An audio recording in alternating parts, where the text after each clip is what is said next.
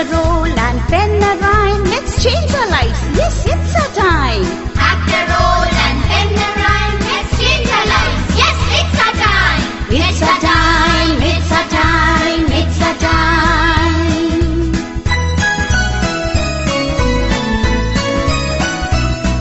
Our time to learn English. Our chance to get ahead. Our time to learn English. Our chance to get ahead. Our chance to get ahead. Our chance to get ahead.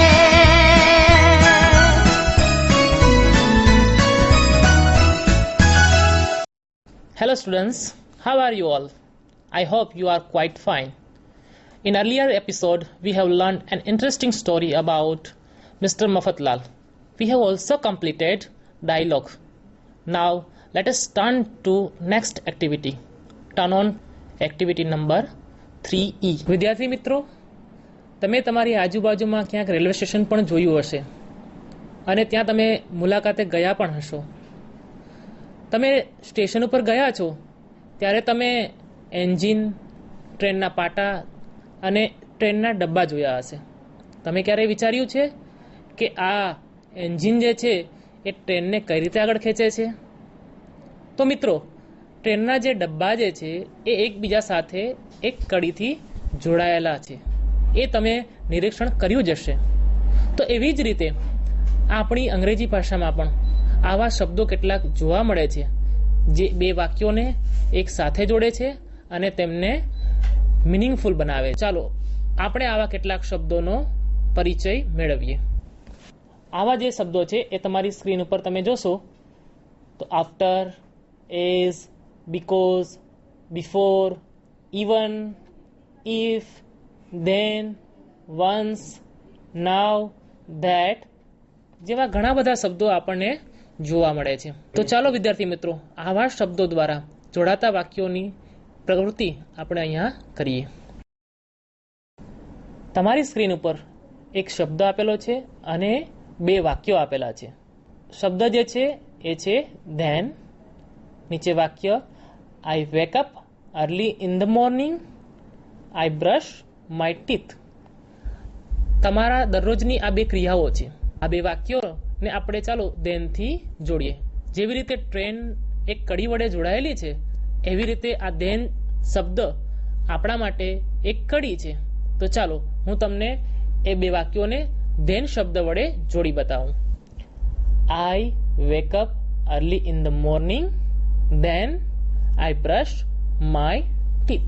I wake up early in the morning, then I brush my teeth. એક ક્રિયા પછી જે આપણે બીજી ક્રિયા કરીએ છીએ તેને દર્શાવવા માટે જે આપણે જોડતો શબ્દ મૂકીએ છીએ તે ધેન શબ્દ છે. તો આવા આપણે બીજા ઘણા બધા શબ્દો જોઈ ગયા. એ બધા શબ્દોનો ઉપયોગ આવા વાક્યોને જોડવા માટે થાય છે. ચાલો મિત્રો, હવે તમારે પણ એક વાક્યને જોડવાનું છે. તમારી સ્ક્રીન ઉપર જુઓ જોઈએ. I come to school in the morning, I do prayer. ચાલો હવે આપણે આ બે વાક્યોને જોડવાના છે. Okay, very good. સાચો જવાબ છે I come to school in the morning, then I do prayer. શાબાશ. I come to school in the morning, then I do prayer. હવે બીજું વાક્ય લઈએ. I go to playground, I play. ચાલો જોડી બતાવો જોઈએ આ વાક્યને. ખૂબ જ સહેલું, પહેલાના જેવું જ. બરાબર. આઈ go to playground, than I play. I go to playground, than I play. Very good. તો મિત્રો, આપણે આ બે વાક્યોને જોડવાની પ્રવૃત્તિ કરી. હવે આવી જ બે વાક્યોને જોડવાની અને એના પરથી એક સરસ મજાની સ્ટોરી આપણે બનાવવાની પ્રવૃત્તિ છે એના તરફ આગળ વધીએ. Students, let us look at the point of the story on the screen. First is Mr.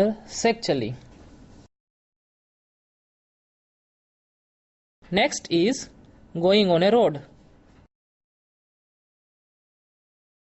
Another point is found a tire. Next point is started to daydream. Next point is thinks of making a bicycle. Another point is will sell the bicycle. Next point is will earn money. Another point is will open a cycle store. Next point is will earn a lot of money. Another point is will open a bike showroom. Next point is will sell bikes. Another point is will become a millionaire. Next point is will earn more. Will start a car company. Another point is will become a billionaire. Another point is will start an airline. Next point is will become the richest man. Now let us read out the story in the text. Hello friends, I am Mr. Sheikh Challi. Yesterday I found a tire on a road. I thought this tire will make me a very rich person. Do you know how? First of all, I will make a bicycle. Then I will sell the bicycle and earn money. I will open a cycle store with the help of the money. My store will be popular. I will sell many cycles and earn more money. Thus, I will earn a lot of money and I will become a millionaire. ચાલો વિદ્યાર્થી મિત્રો, આપણે આપણી વાર્તાને આગળ વધારીએ. આપણો next point એ છે will earn મોર. તો હમણાં આપણે જે વાક્યો જોયા, જે અડધી સ્ટોરી જોઈ છે, એના પરથી આના એક વાક્ય બનાવવો જોઈએ. વેરી ગુડ, સાચું છે. આઈ વિલ અર્ન મોર. તો તમે જોયું કે વિલ અર્ન મોર માં આગળ આઈ મૂકી આપણે વાક્ય ફ્રેમ કર્યું. આવી જ રીતે આપણે આગળના પોઈન્ટને પણ એક્સટેન્ડ કરી વિસ્તાર કરીને આપણી સ્ટોરી આગળ ચલાવીશું. આગળનો મુદ્દો છે the next point is will start a car company. હવે તો ખૂબ જ સહેલું છે, હવે તો તમને આવડી જ જવું જોઈએ. ચાલો આગળનો વાક્ય બનાવવો જોઈએ. Very good. આગળનું વાક્ય થયું than I will start a car company. ખૂબ જ સરસ. આવી જ રીતે તમે ધેન અને આઈ દરેક મુદ્દામાં લગાવી અને આપણી સ્ટોરીને કમ્પ્લીટ કરી શકો છો. તો ખૂબ જ સહેલું થઈ ગયું તમારું કામ. Next point is will become a billionaire. ચાલો ગયા વાક્યો જે ગયા આપણે વાક્યો બનાવ્યા, પાછળના વાક્યો બનાવ્યા, એના જ પરથી આ વાક્યને ફરી બનાવવો જોઈએ. Very good. Then I will become a billionaire.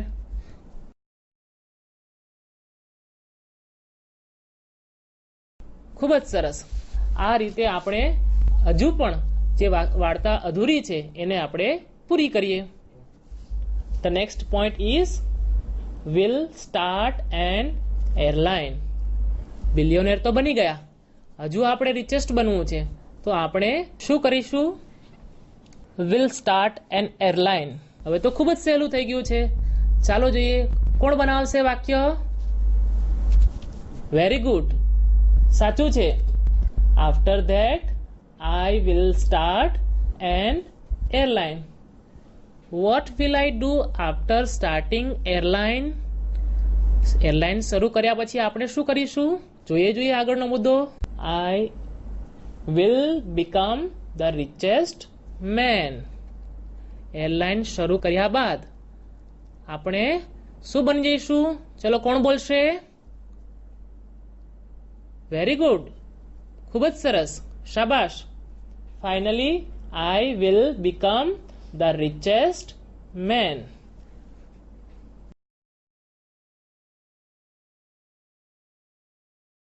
ખૂબ જ સરળતાથી વાક્યોની એકબીજા સાથે મિનિંગફુલ રીતે જોડ્યા છે અને આપણી આ સ્ટોરી પૂરી થઈ છે. વિદ્યાર્થી મિત્રો, મુદ્દા પરથી તો આપણે વાક્યો બનાવ્યા અને વાક્યો પરથી વાર્તા બનાવી, પણ તમને લાગે છે કે હજુ આ વાર્તા અહીંયા પૂરી થઈ ગઈ હશે? ના, બિલકુલ નહીં. હજુ પણ આ વાર્તાને આપણે આગળ વધારવાની છે. તમે વિચારો જોઈએ, થોડોક વિચાર કરશો તો આ વાર્તા તો હજુ આગળ જશે. બરાબર છે, કરો જોઈએ, તમે ગ્રુપમાં વિચાર કરો જોઈએ આ વિશે કે આગળ આ વાર્તામાં હજુ શું થઈ શકે છે.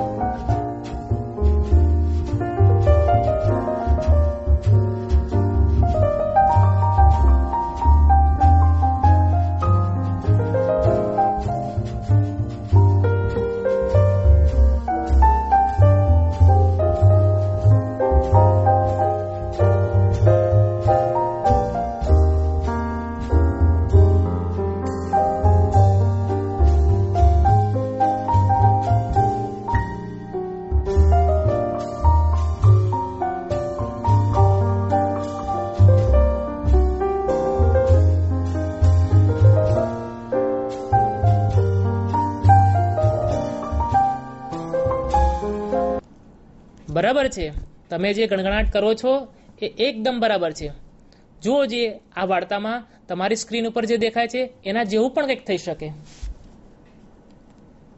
Suddenly the owner of the tyre will come and take away the tyre from me. I understand that I cannot become rich in this way. I will have to start working and earn. જોયું મિત્રો, મફતલાલ સાથે જેવો બનાવ બન્યો હતો એવો જ બનાવ આપણી સાથે પણ થયો છે. અહીંયા પણ પ્રસ્તુત વાર્તામાં પણ ટાયર જતું રહ્યું છે. માત્ર વિચારો કરવાથી આપણે ક્યારેય ધનવાન બની જતા નથી. આપણે એની સાથે સાથે મહેનત પણ કરવી પડે છે.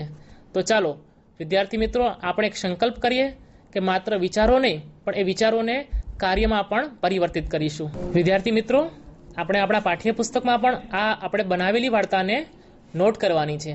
તો ચાલો પાના નંબર 42 ઓપન કરો અને આપણે વાર્તા પણ નોંધી લઈએ. આપણે જોયેલી વાર્તા જ્યાં સુધી વાંચી હતી ત્યાં સુધી ફરી એક વખત વાંચી જઈએ છીએ. First of all, I will make a bicycle.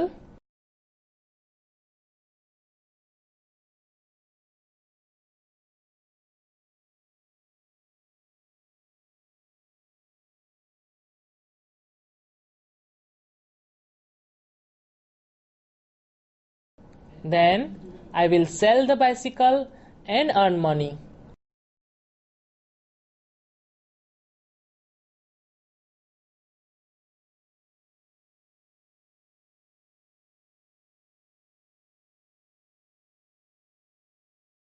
First of all, I will make a bicycle.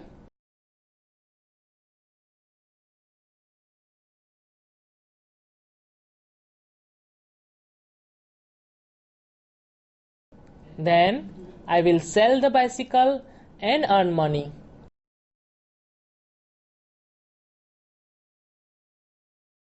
I will open a cycle store with the help of the money.